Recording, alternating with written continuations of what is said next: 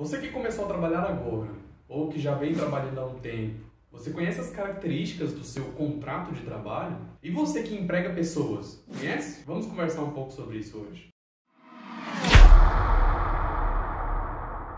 A definição seletista de contrato de trabalho está disposto no artigo 442 da CLT. Contudo, antes de começarmos a descobrir um pouco a respeito dessa definição, é necessário fazer uma distinção entre contrato de trabalho e contrato de emprego. São situações um pouco diferentes. A relação de emprego é uma espécie no qual a relação de trabalho é gênero. A relação de trabalho ela envolve toda a prestação de serviço. É o caso do estagiário, do voluntário, do autônomo, do eventual, enfim, são trabalhadores, porém não são empregados. Já a relação de emprego, um pouco mais específica, exige a presença dos elementos fáticos e jurídicos da relação de emprego. Isso quer dizer que só será considerado empregado a pessoa física que trabalha de forma não eventual, sob a dependência ou subordinação do empregador e mediante remuneração. Perceba que a relação de emprego é uma espécie singular da relação ampla de trabalho. Exemplos de empregado seria então o empregado urbano, o empregado rural, o empregado doméstico,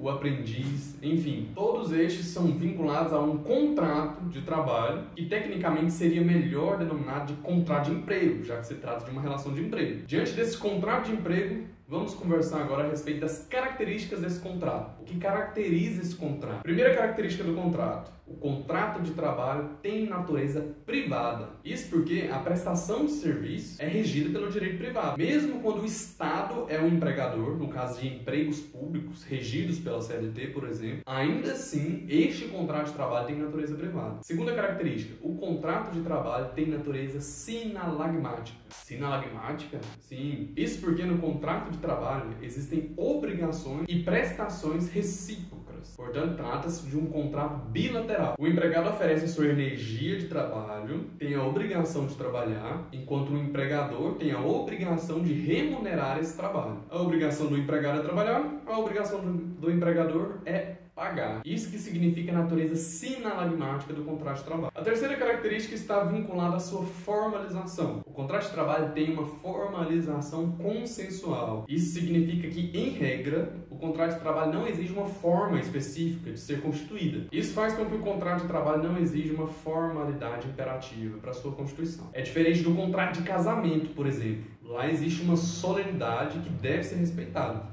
No contrato de trabalho, não. Haverá contrato de trabalho mesmo que sua forma não esteja constituída. Quarta característica: o contrato de trabalho possui celebração intuito personae. Isso significa que se vincula à pessoalidade que atinge o empregado, sendo inclusive este um dos elementos fáticos e jurídicos da relação de emprego. Essa característica aponta para a ideia de que o empregado, de forma pessoal, presta o serviço ao empregador, não podendo esse ser substituído por outros, como acontece na terceirização. Não estou dizendo que os empregados terceirizados não são empregados. Estou dizendo que em relação àquele empregador direto, o terceirizado não tem pessoalidade. Por isso não há vínculo de emprego. Mas esse é um tema para a gente discutir um pouco mais a fundo no nosso encontro a respeito de trabalho temporário e terceirização. A quinta característica tem foco no princípio da continuidade da relação de emprego, que confere ao contrato de trabalho a noção de trato permanente. Porque as obrigações das partes, tanto do empregado de oferecer seu trabalho, quanto do empregador de remunerar por esse trabalho, ocorrem de forma continuada no tempo, havendo, em regra, a indeterminação do prazo nos contratos de trabalho. Então, em regra, os contratos de trabalho são estipulados por prazos indeterminados, apesar de existir vários outros tipos de contrato a termo, ou seja, aqueles que têm prazo pré-fixado para o seu encerramento.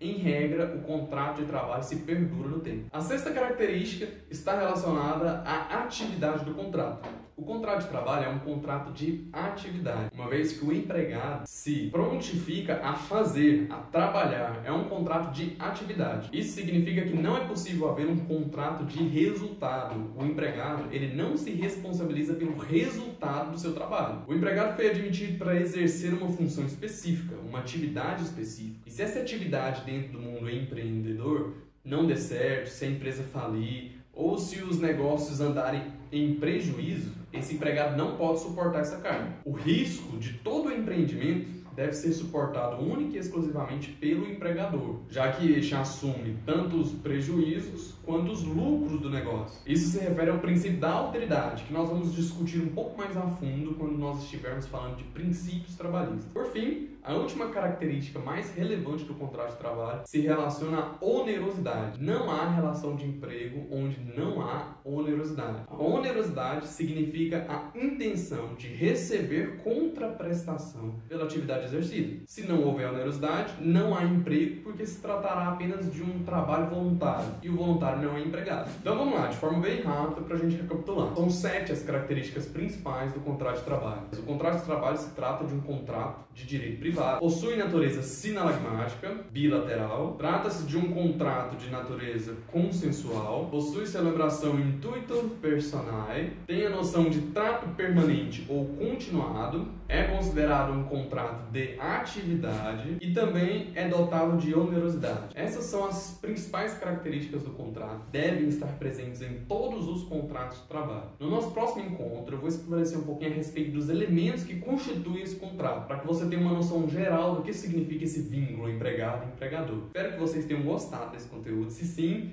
por favor, se inscreva nesse canal para mais conteúdos nesse sentido. Aguardo você no próximo encontro. Um abraço e até mais.